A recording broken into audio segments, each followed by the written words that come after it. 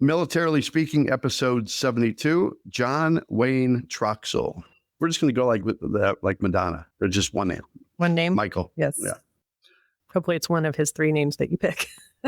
This episode, we talk with John Wayne Troxell, Senior Enlisted Advisor to the Chairman.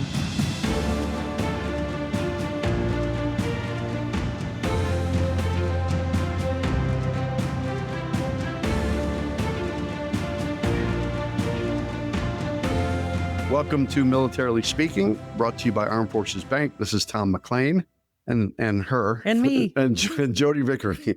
I am the military retail executive for Armed Forces Bank, and Jodi is the Executive Vice President, Director of Consumer Banking. Thrilled to have Jodi on our team. She's the straw that stirs. As long as it's stirring coffee, we can use that. All day long. We can use that. Again, welcome to our show. We're excited to have you listening and learning all about our guest, John Wayne Troxell. I want to take a minute, John, and tell our audience a little bit about your background, and then I think you'll do a much There's better. a lot to say about it. There's a lot. Like I could do a whole podcast just about that, right now. but I'm going to do the skinny down version because I know John will speak to it in far more detail than I could do service to it. So Army Command Sergeant Major John Wayne Troxell served our country for 38 years. Thank you so much for your service. Most recently served as the Senior Enlisted Advisor to the Chairman of the Joint Chiefs of Staff, and he was the Senior Non-Commissioned Officer in the U.S. Armed Forces from December 11th to 2015 until his retirement on December 13th, 2019. In that role, he served as the Principal Military Advisor to the Chairman and the Secretary of Defense on all matters involving joint and combined total force integration, utilization, health of the force, and joint development for enlisted personnel. You've got a storied career, no doubt about it, as I read all your accolades. I did want to highlight that you had 5 combat tours of duty, including making the combat parachute jump and service in Operation Just Cause in Panama, Operation Desert Shield and Storm, 2 tours on Operation Iraqi Freedom, and Operation Enduring Freedom in Afghanistan. So again, thank you for 38 years of service to our country. Thank you, somewhat inadequate, but it's important to say that. And I think in summary, I'd say post-retirement, you're an author, you're a consultant in a lot of different varieties. And we are just honored and I'm happy to welcome you to the show this afternoon. Well, thanks so much, Tom and Jodi. It's an honor to be here today. I would love for you to do far more justice to your storied military career than I would be able to do, and just give our audience kind of a glimpse into your background and your military career as a starting point today. Yeah, so I was born in Springfield, Illinois. I grew up in Davenport, Iowa, Quad Cities, USA, right on the Mississippi River. Joined the military when I was 18 years old as a kid that had no purpose, motivation, direction. And I got into the military, and as Forrest Gump would say, I was kind of like one of those round pegs. I fit in there. And I got to my first duty station, and within a month, I met this young lady named Sandra Jimenez at this was in El Paso, Texas. And 6 months for Bliss, right? Bliss? For Bliss, yeah. Yeah. Back when the 3rd ACR was there. And we got married in September of 83. So we've been married 41 years. She was Congratulations. on the journey with me for 38 years. And we've raised 3 sons. Like you said, I spent 5 tours in combat, spent a lot of years in the 82nd Airborne Division, Stryker Brigade kind of units, heavy units and light units. So I've got a diverse background, but I spent almost 20 years as a command sergeant major in the Army, culminating, as you described, the Senior Enlisted Advisor to the Chairman of the Joint Chiefs of Staff. For 43 of my 48 months, I worked for Marine General Joe Dunford, as well as Secretary of Defense's various ones, Ash Carter for a year, God rest his soul, Jim Mattis for 2 years, and then various ones in my last year, which culminated with Mark Esper. And for my last 5 months, I worked for General Mark Milley when he was the chairman. And I was a reconnaissance soldier throughout my career, but again, spent a lot of time in infantry units as well as heavy Army units, so a pretty diverse career. And now a small business owner of PME Hard Consulting, and I'm a leadership coach, brand ambassador, a motivational speaker, and I'm a published author of my memoir, Surrender or Die, Reflections of a Combat Leader.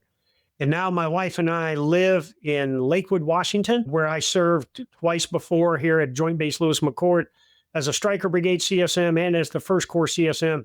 When we retired out of the Pentagon, all of our sons were located here. And so we wanted to be around our grandchildren, so we moved here.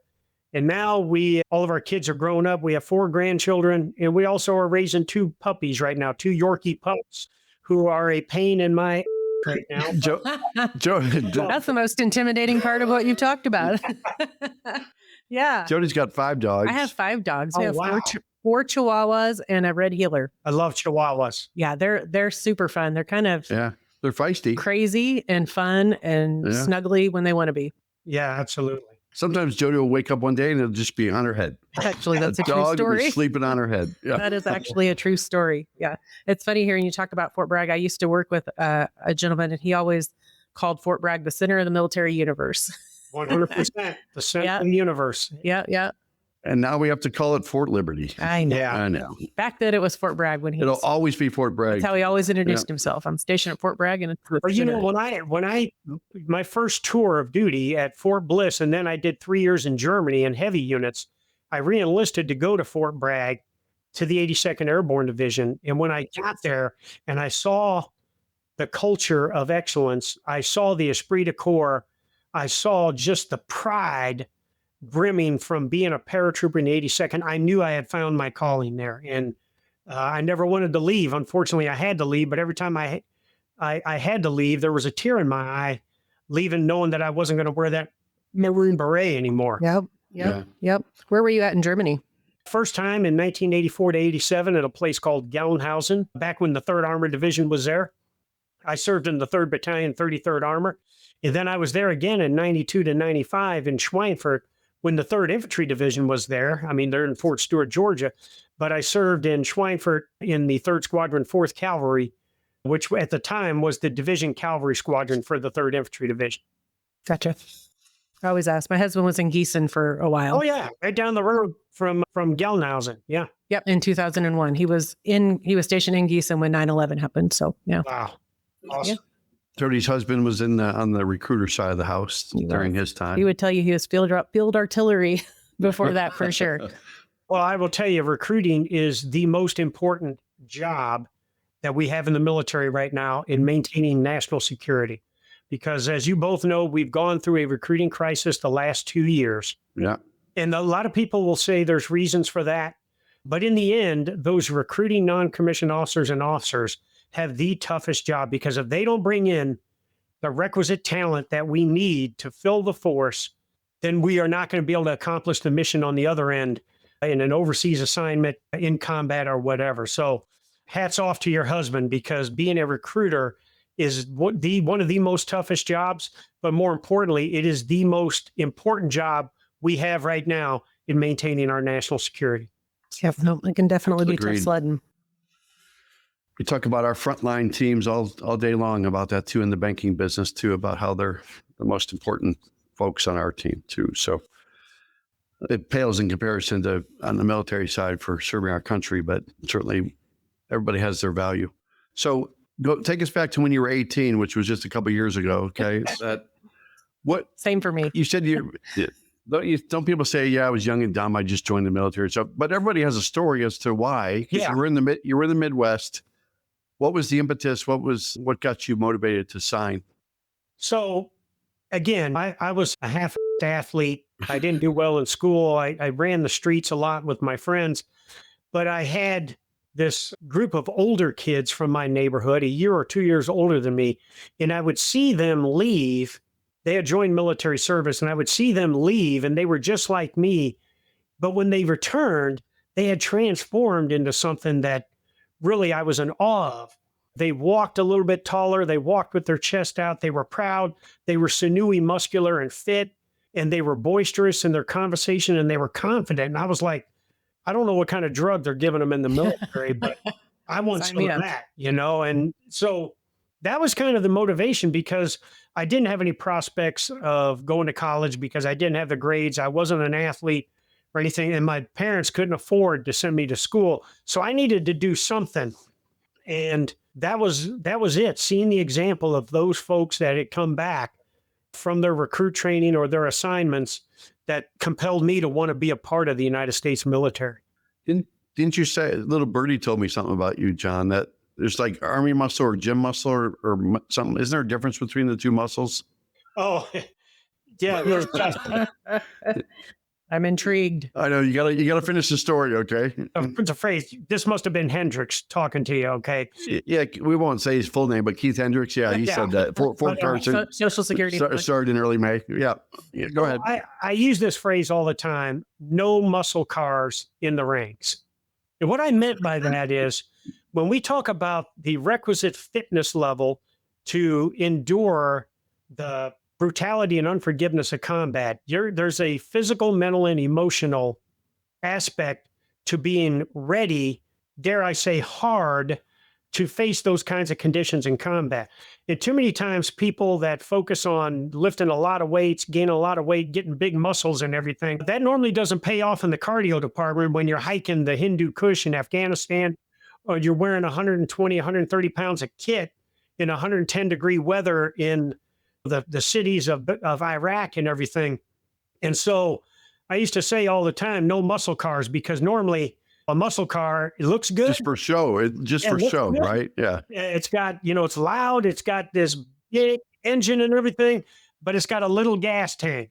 And so we want people that, yes, they have muscular strength, muscular endurance, but they have to have cardiovascular fitness to especially endure the terrain, weather, and the constant pace of combat operations. So that's where I got that from. So when guys were telling me, yeah, I can bench press 400 pounds, I said, okay, sprint 200 meters, come back and let me see you bench press at 400 pounds. Okay. Yeah, right. All right. Because that doesn't equate to combat effectiveness in terms of speed, power, and agility that is needed in a combat zone.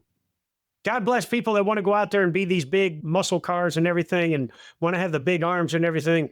But I'll take the guy that has a general level of fitness across those categories I just talked about over a big muscle head any day of the week.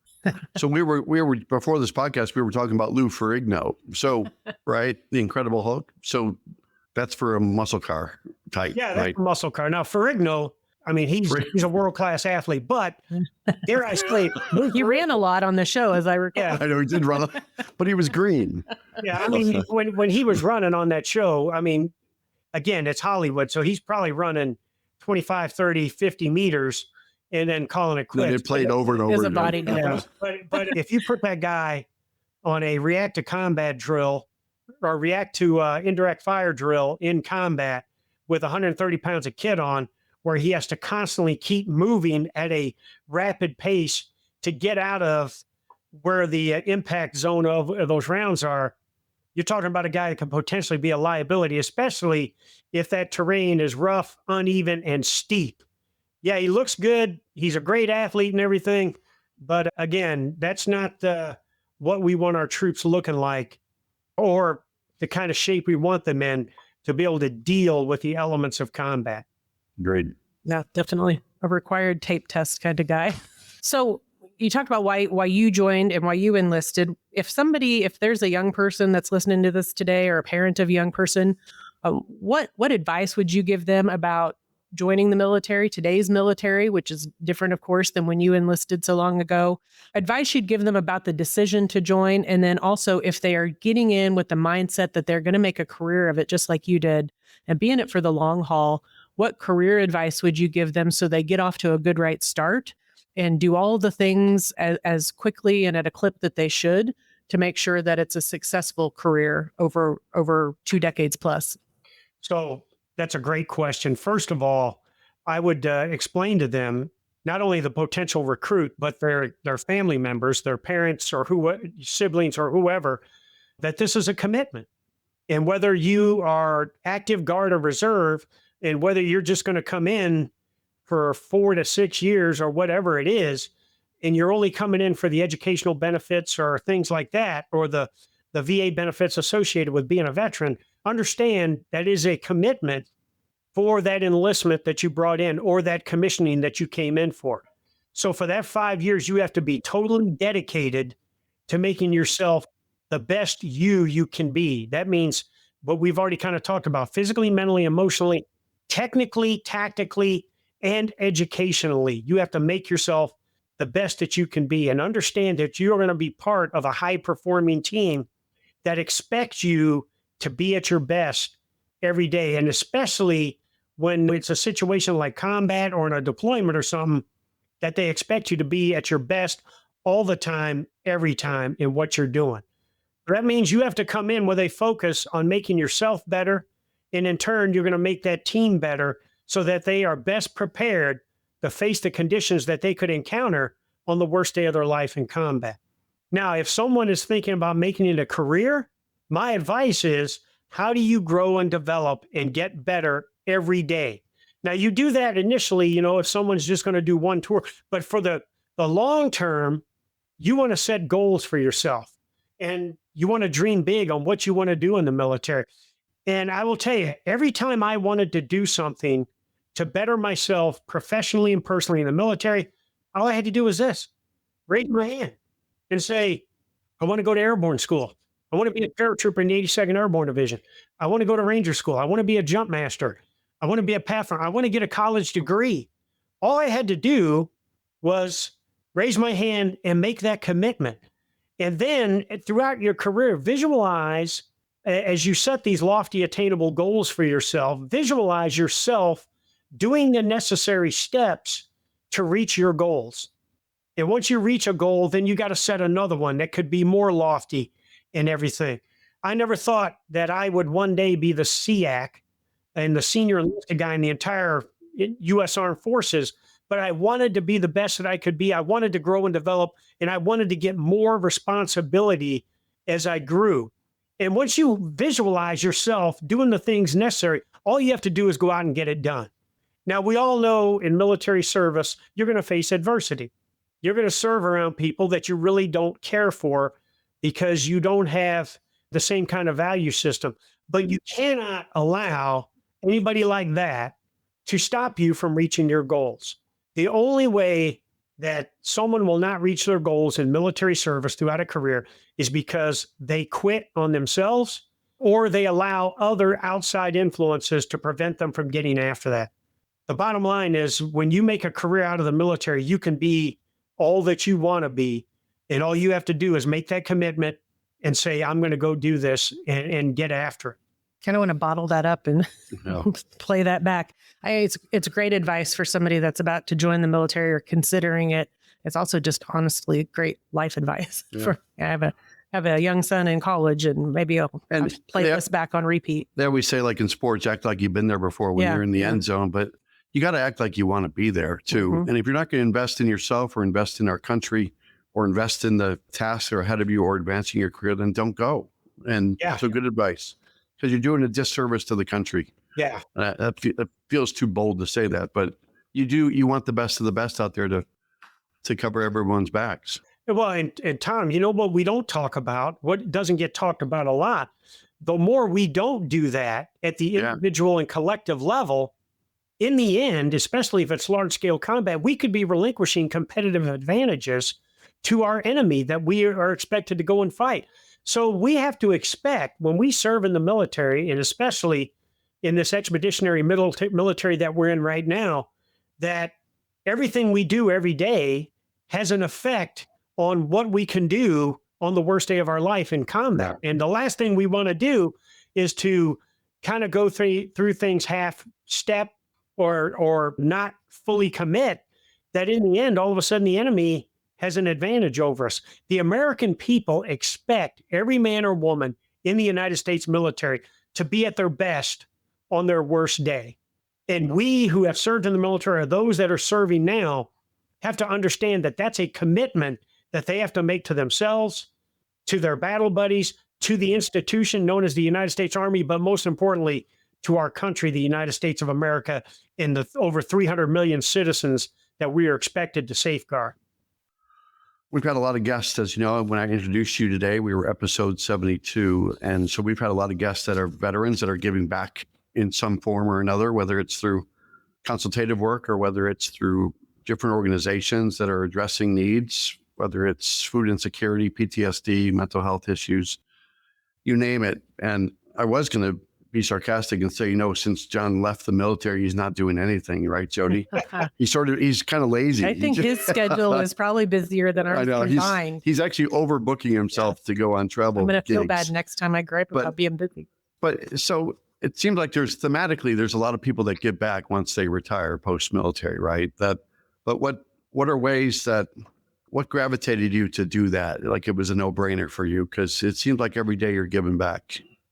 Yeah, I think you never lose the desire to serve others. When you serve in an institution like the United States military, where a core tenet is selfless service, and you are focused on developing, assisting, and helping others, I don't think you ever lose that. And so when I retired, I said, I don't want to be that SEAC again, or that command sergeant major, and run around and make Joe pick up cigarette butts or jump on their butt because they don't have their headgear on. I didn't want to be lost in my museum, because now I'm a retiree and I have zero authority. But I focused, I built kind of this vision, and this focus I have is in three areas as a retiree. One is to pay it forward to the current men and women in the military. How can I help them?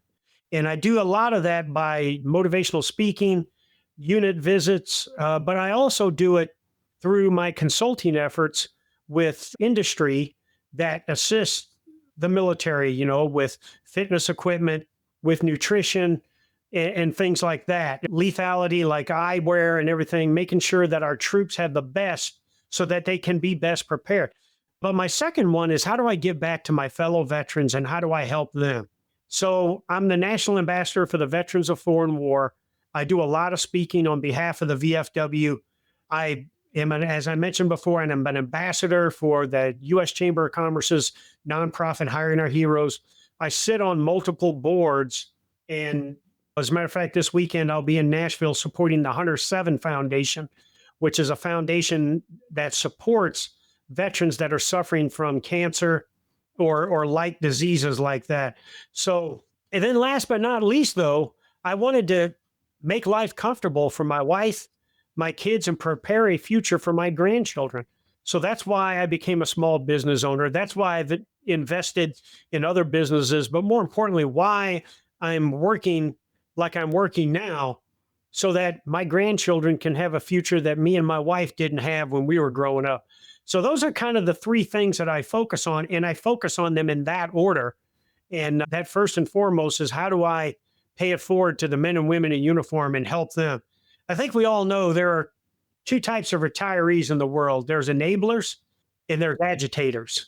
And the agitators say, oh, the military's all jacked up. When I was in, it was all great and all this stuff. I didn't want to be one of those guys. Will I be critical of the institution I served 38 years? Yes, but it'll be in a professional manner and in a professional direction with the people that can fix things. But it won't be on social media by complaining about anything that's going on with the military. I wanted to be an enabler, and how can I help? And because of that focus, I am constantly being invited out to do motivational speaking, to do leadership seminars, to just come out and visit the units and fire people up and everything. And in the end, that's what I enjoy the most, is that right there. And if I can help one service member or one veteran every day for the rest of my life, then I will have a fruitful post-military life. You think about your grandkids that may not appreciate what you're doing now, but when going down the road, they'll say, yeah, he did that for me. But I think a sacrifice, and I think a servant leadership for the kind of the emblematic of who you are when it means giving back to the community that you served and loved. So we're on to his book. We are. I will tell you, though, that as you talked about the things that you didn't want to necessarily be in retirement, well, you mentioned the head cover, and seeing that kind of stuff drives my husband nuts to this day. If we're out on installation and he sees somebody without it, or shoelace is not tucked in right, I mean, yeah, I like to get under his skin a little bit. Yeah, I think it's hard for anybody that has been in this institution and has been a focus of on-the-spot corrections and in discipline and everything. But I told myself, hey, look, I had 38 years to get the military right, and if I didn't get it right, shame on me. I've got confidence that this generation of leaders is going to keep us as the number one military of choice for global peace and security around the world. So, yeah, I mean, I see a kid that's looking kind of bad sackish, it can't my attention, but I let it go now. Yeah. My husband will let it go, but he'll mutter He'll still under his talk about breath. it, He'll though. mutter Yeah. under his breath as we walk to the car. I should have done that. That's for sure. Or he'll give me the on-the-spot correction as if it was me. So I do want to shift gears to your book. You're the author of the book, Surrender or Die, Reflections of a Combat Leader. And, I have a lot of questions about it, but There's a plethora of there's questions a in here. plethora of Yeah. questions. Tom's favorite word. This is it right here. Yes. Yes. Oh. Love it. We're going to change it to now a video We're going to have podcast. to. Yeah. Or That- take a screenshot of that. That's a cool cover. Who designed that? This was a photo. So my author coach that helped me write my book, Ann McIndoe, she said, hey, we got to put a powerful photo on the front of it. And this was me when I was the command sergeant major of all combat forces in Afghanistan, 2011 and 12. And I was out with one of our NATO partners, the French Airborne Brigade, and we were scaling this huge mountain in eastern Afghanistan. And when I got to the top of the hill, there was a photographer up there who had been a part of the patrol in front of us and was taking a picture of me. And so I just threw up the peace sign, and as you can see, my mouth is open, so I was sucking wind coming up that mountain. But I wasn't a muscle car, though, because I was ready to fight if I had to right then and there. But that was the picture that as you can see, you got the mountains of Afghanistan in the background. Yeah. You got a little bit of an American flag back here. And, Perfect. and then it has my company, the creator of my nonprofit is eTool Nation, and my company is PME Hard Consulting. And then my former boss, chairman of the Joint Chiefs Staff, General Joe Dunford, wrote the foreword for my book. So, That's amazing. Love it. Hey everyone, if you're looking for a little extra financial flexibility to take the family on a vacation, tackle that home renovation, or just get through the ups and downs of military life, we've got some great news for our military listeners. Absolutely. Armed Forces Bank offers access loans that are perfect for handling life's unexpected expenses, consolidating debt, or even making that big purchase you've been thinking about. And with our fast approval process, you can get the funds you need quickly and easily without all the hassle. At Armed Forces Bank, about 75% of our team is affiliated with the military, so we understand your unique needs. We've been supporting military families for over 100 years, and we're here to help you take control of your finances. Whether you're active duty, a veteran, or a reservist, we're committed to offering you flexible terms and competitive rates, making sure you get a loan that fits your life. So if you're ready to take that next step, head over to afbank.com or visit a branch near you. Armed Forces Bank, serving those who serve. Member FDIC, subject to credit approval. Origination fee applies. Direct deposit relationship required. Loan terms are based on loan amount. Bring us into that experience. What caused you to say, I have had such a journey, such experiences that I need to distill this to a book. I need to share this. I know as part of this, and I think the company name bears this out, the term that you coined, PME, yeah. physically, mentally, emotional. You've talked about why all of those aspects of readiness are important. What made you want to write this book, and why was that important to you? So I never thought that I would write a book, especially a memoir, about my life. But when you look at when I became the SEAC, people, when I said, hey, I did a combat jump in 1989 in Panama City, Panama, as part of Operation Just Cause, I'm a Desert Shield, Desert Storm veteran, and I'm nearing 38 years and almost 20 years time and grade. But the thing that kind of took it off where people really wanted to know about me is when Secretary Mattis became the Secretary of Defense. And when he came in, after getting sworn in, he brought myself and the service senior enlisted leaders, the Sergeant Major of the Army and the other service guys. And he said, get the word out. We are no longer going to talk about just defeating any threat to the United States. We're going to annihilate any threat to the United States. And that was a powerful message coming from the Secretary of Defense. And when we sent that out to the force, the troops loved it, because that's what they want to hear, is that those of us in Washington, D.C. and the Pentagon, we understand the challenges that were going on then in Syria, Iraq, Afghanistan, Somalia, Libya, Yemen, all of these places that we had troops fighting, but also those holding the line in South Korea, trying to maintain a ceasefire in Colombia, and some of the other areas around the world that we had troops stationed at. And so to compliment my big boss, and Joe Dunford, my immediate boss, the chairman, was always talking about fighting and winning on any given day. And so I happened to be on a trip to Syria where I was visiting our most elite Army Special Operations Forces during the fall of Raqqa, where our Syrian Democratic Force partners with Special Operations support were about to just crush ISIS. And while I was there, one of the operators, sergeant majors for that unit, his name is George, he and I developed a pretty good relationship, and we kept talking about the profession and the development of non-commissioned officers through combat experience, meaning that we wanted to develop them in such a way that they understood the law of land warfare. They were professional in their aspects, and they didn't let losses in combat become personal because they knew they were professional soldiers.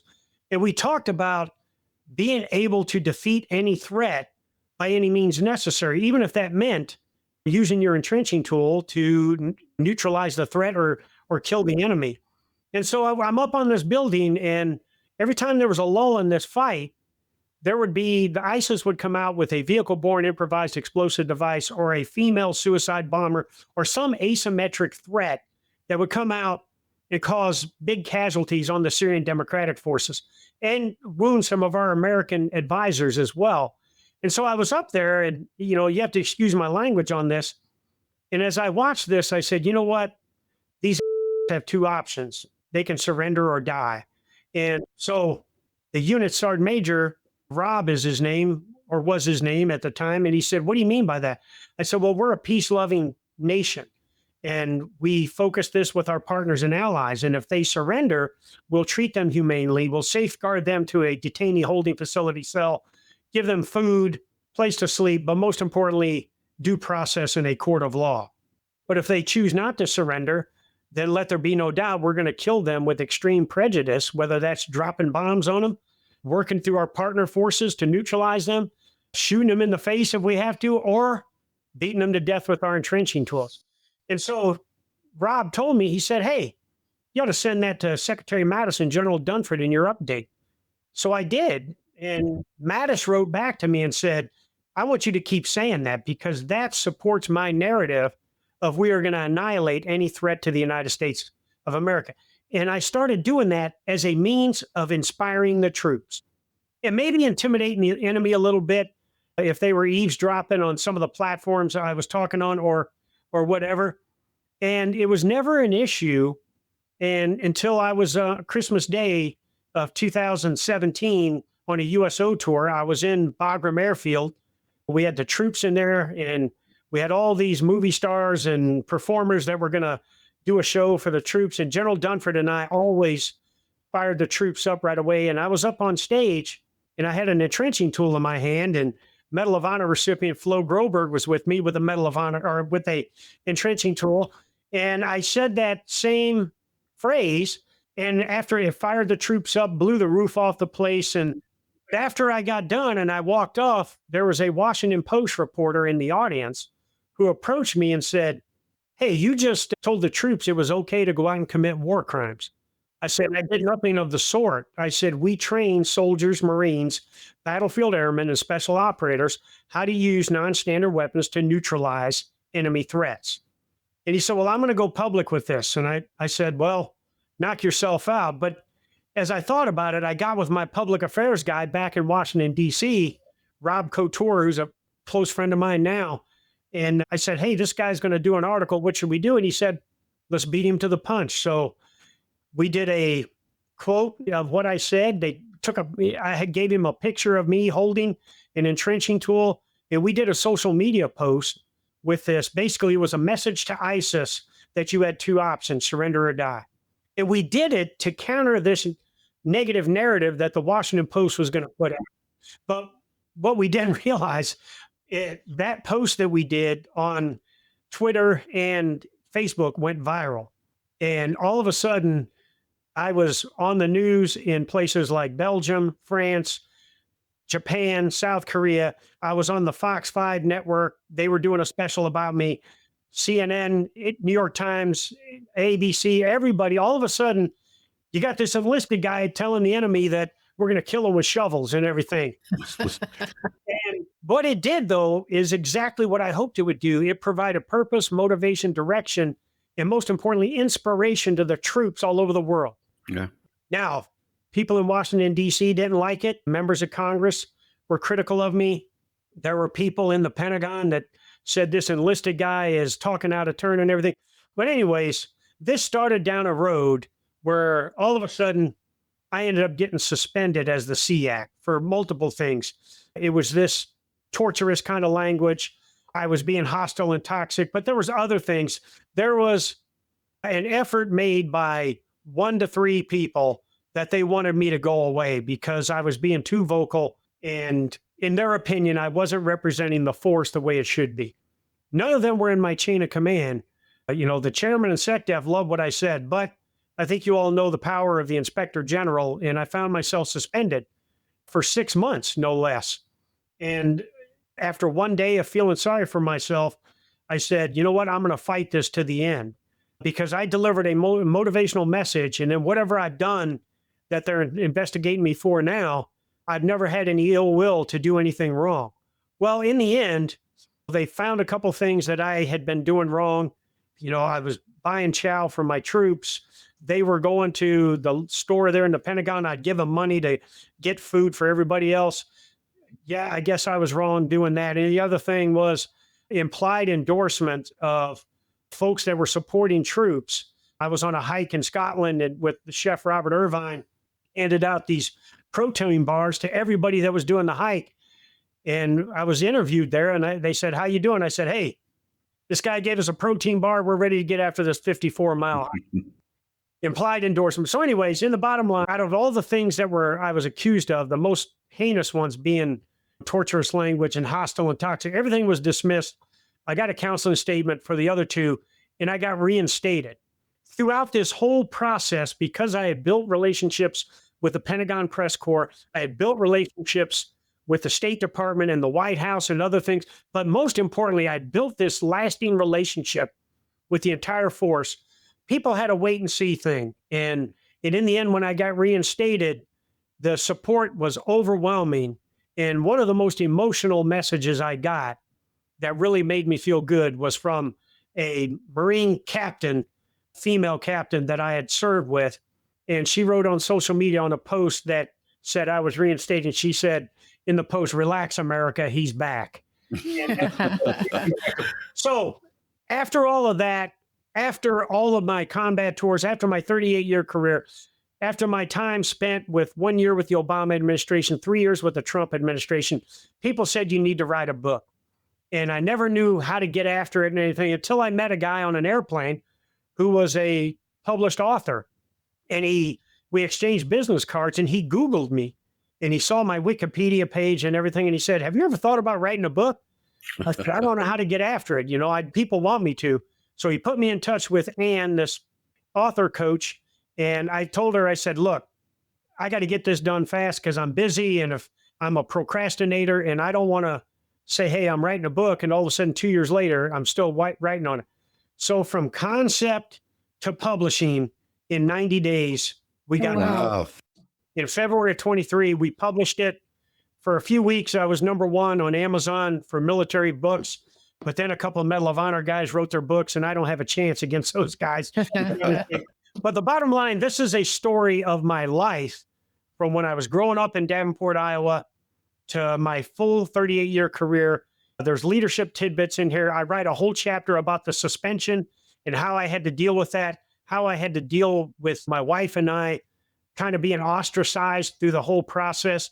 I also talk about combat. I talk about the after effects of combat with post-traumatic stress and things like that. And I talk about PME Hard and E-Tool Nation. So to close that out, when I retired, the E-Tool, I have signed almost 7,000 military shovels in the last 7 years. And the entrenching tool went from a utility tool to be used for digging and things like that, to now it's a symbol of living a warrior ethos. And everywhere I go, and it's not just the Army or the Marine Corps. I was with the U.S. Space Force a couple weeks ago, and I was signing entrenching tools there. I was with the Air Force 2 weeks ago, signing entrenching tools there. But the bottom line is I wanted to write a book that people would remember. And so that's why I titled it Surrender or Die, Reflections of a Combat Leader. That's a pretty amazing story. So to people how we got to the book. Yeah. people can get to the book through Amazon and other sources. Is that right? Yeah, they can Amazon online at barnesandnoble.com. Okay. Very good. They can order off my website, pmehard.com. I'm glad you mentioned the website. Awesome. John, I'm going to take you to the next part of this too, because we talk to a lot of our clients that want to be business owners, like military spouses, veterans. They want to start a business. You've got eTool Nation, you've got PM Hard, you've got all this consulting stuff that you're doing. But any best practices, any suggestions as people are in career transitioning that if they were to start a business, are there some things that you would give from it's almost like he's our advice guy, right? I know. Advice to young kids getting into the military. What's the advice that you would give to future business owners? Do all of your research. First of all, know what you want to do. Yeah. First and foremost, make sure that you have a background that supports that. For 4 years as the SEAC, I was talking to troops every day.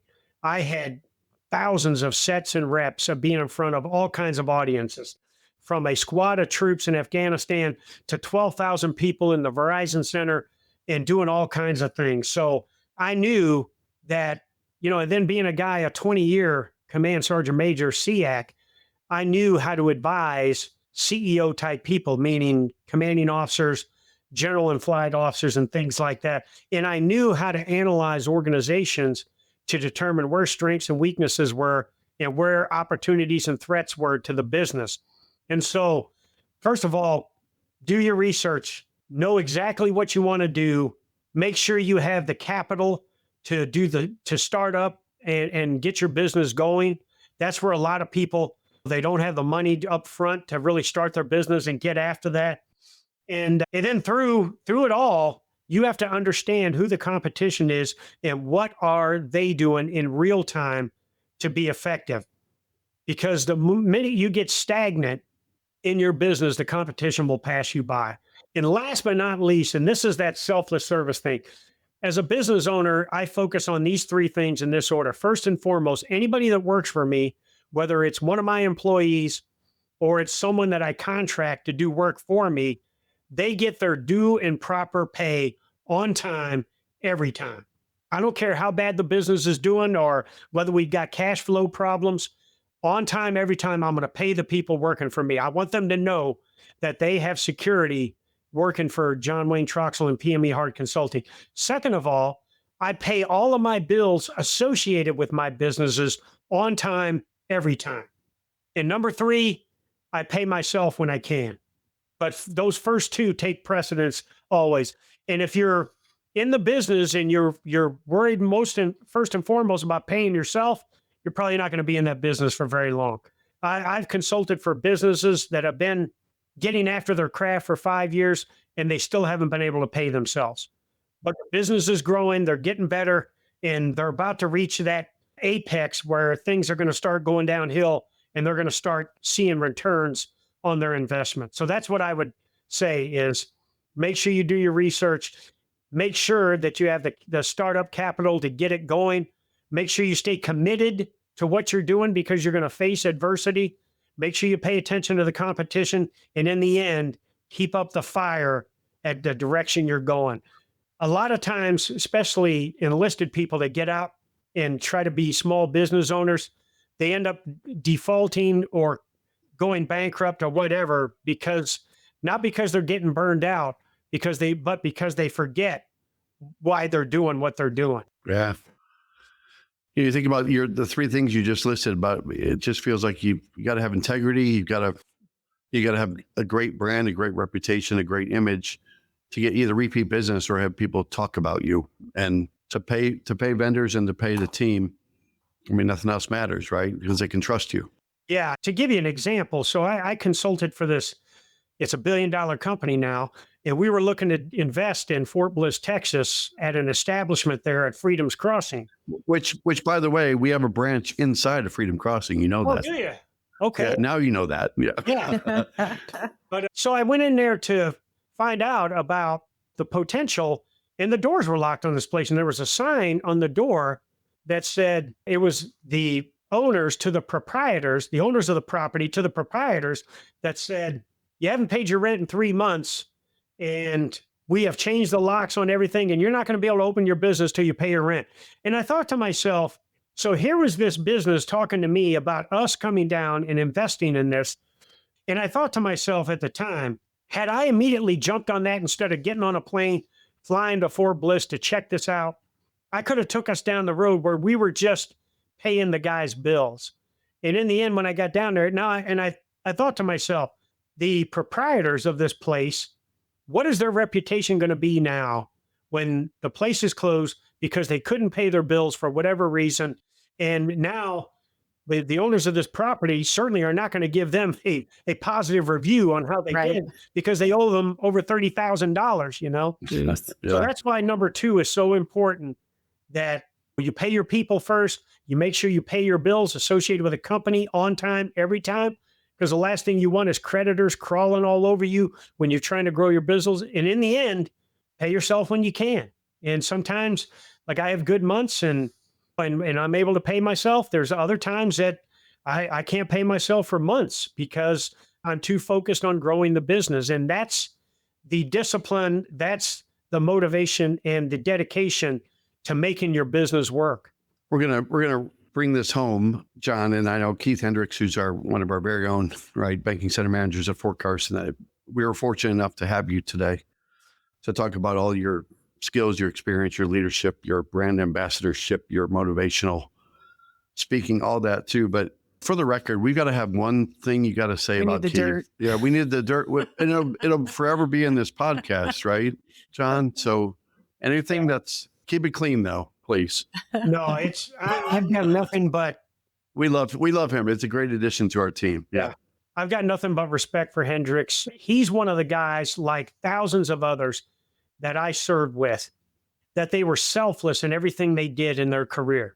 Not just selfless, but fearless in going into battle. Yeah. You know, people want to put a premium on who's a combat veteran and who's not, even if you've gone in to Iraq or Afghanistan. I always talk about this, a willing acceptance of the risk of death by entering into a combat zone.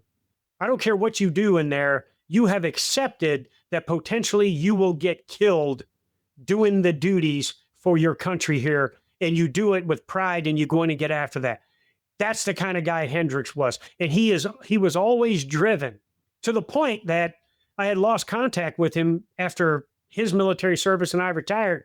But he reached out to me. I was at Fort Carson and he was running one of his he had a restaurant. The pizza shop. Yeah. Yeah. And I went and visited it. And he was the same way, this pizza shop, that he was as a leader when he was working for me. Yeah. He was in charge, but he cared about his people. He was focused on building a cohesive team, and he was focused on being successful. So when I look at the United States of America, and especially to our veteran population, we will never have a hero crisis in this country because the Keith Hendricks of the world, through their military service, were always dedicated to get the job done and take care of their people. And they'll do the same thing in post-military life with what he was doing with his pizza joints, and certainly what he's doing running one of your chapters of Armed Forces Bank. Yeah. Well, we're going to have to edit that entire favorable comment. We're going to have to make up a Keith story. He does have some scar tissue on his fourth point of contact from Troxell, okay? So I'll let him talk about that. Yeah, we'll save that. Podcast number 2. Hey, but you know, ass chewings are about love. They're not about hate. You love them so much. So funny. You want them to be the best that they can be and do the best job they can be. So you take the time out of your schedule to develop them. And sometimes it's in a way that is short on patience and calm voice. But in the end, Hendricks was one of the best that I ever served with. I thought it makes it, I didn't know if my husband was the only one that used that phrase. I guess not. When you got teenagers, you do what you need to do, right? Absolutely. Yeah, for sure. Let's play. This has been a treat. Thank you for being here, but we are going to ask you to stick with us for just a couple of more seconds. We think it's lovely and endearing. We'll let John be the judge of that. It may be annoying. Yeah. We're not sure. But we have a game we like to play at the end of every podcast called the Military Minute. A chance for our audience to win gift cards for themselves, gift cards that funds that they can donate to a charity of their choice. And I want to reflect on last podcast episode's military minute question. Do you think he'll know the answer to this? We were talking to somebody that runs our recruit division. Yeah. He might. I mean, it would be interesting to have that number There's specifically plus or committed to minus memory. 3%. Plus or minus 3%. It's about Army recruiting. How many people enlisted in the Army for the first year after 9/11 happened? He's going to get so much closer. He's than I getting am. really close. He's formulaically tabulating right now. 9/11 happened, and shortly after that, I was on my way to Iraq. I would say, with the size of our military then, I would say 45,000. I know. I'm wondering if you've got the wrong number. McLean. No, he's wrong. So Probably wrong. it was plus or minus 300%. Yeah. No. Yeah. So I'm going to fact check McLean, but the number he has is 181,510, which is a very large. True. Yeah. We're not meaning to put you on the spot. Yeah. And there was such a time too of people wanting to join and wanting to do something that for sure. day. That makes sense because the Army has a phrase, we recruit the Marine Corps every year. And the Marine Corps' numbers are usually between 180,000 to just over 200,000. So there you go then. That makes sense. Yep. All right. Fact check Very done. good. So if Thank you are you. in our audience and after the last podcast, you guessed 181,510. Exactly. Remarkably, exactly. Watch for your name to drop and you could be the recipient of $50 gift card for yourself and $50 for a charity of your choice. And this week's Military Minute, if you listen to this podcast and you don't know the answer, then you need to get your ears checked. Because we have go said back to it. listen to it again or Google John Wayne Troxell. Yes, we've said it repeatedly. And you can't answer this one because, of course, you're going to know the answer. What is the name of John's book? We'll give him an easy one. This is our way, John, of getting people to go find out, make sure they get the right answer. That means they're looking at the book somewhere. Go find the book. Full answer. Enter the name. Full answer, right. Yes. It can't just be half of the title. It has to be the full title. Okay. We agree. So, and where the picture was taken at what time, what exact day, and who the photographer's name. Okay, that might be overcomplicating it, Tom. So give us the name of the book, the full name of the book when this podcast drops, and then you too could be entered to win $50 for yourself, $50 to a charity of your choice. You can find, if you're going to Google that answer, if you didn't pay attention in the podcast, Amazon, barnesandnoble.com, and buy a copy while you're there, of course. So thank you, John, for spending time with us today. It's been a real treat. I've enjoyed hearing your story and your journey, and I'm excited to read the book. And John, I know you enjoyed today's episode. All of us did. So go out to afbank.com and subscribe to the show, Militarily Speaking. Also, make sure to rate us, leave us a comment on your favorite podcast platform. And those platforms, John, are Apple Podcasts, Spotify, and YouTube. So looking forward to sharing the great stories and the great information from your perspective in a few weeks down the road, but people are really going to enjoy listening to your message. So thank you, John. Absolutely. Thanks, Tom. Thanks, Jodi. And God bless America. Thank you. Thank you. Thanks, sir. Bye-bye. Bye.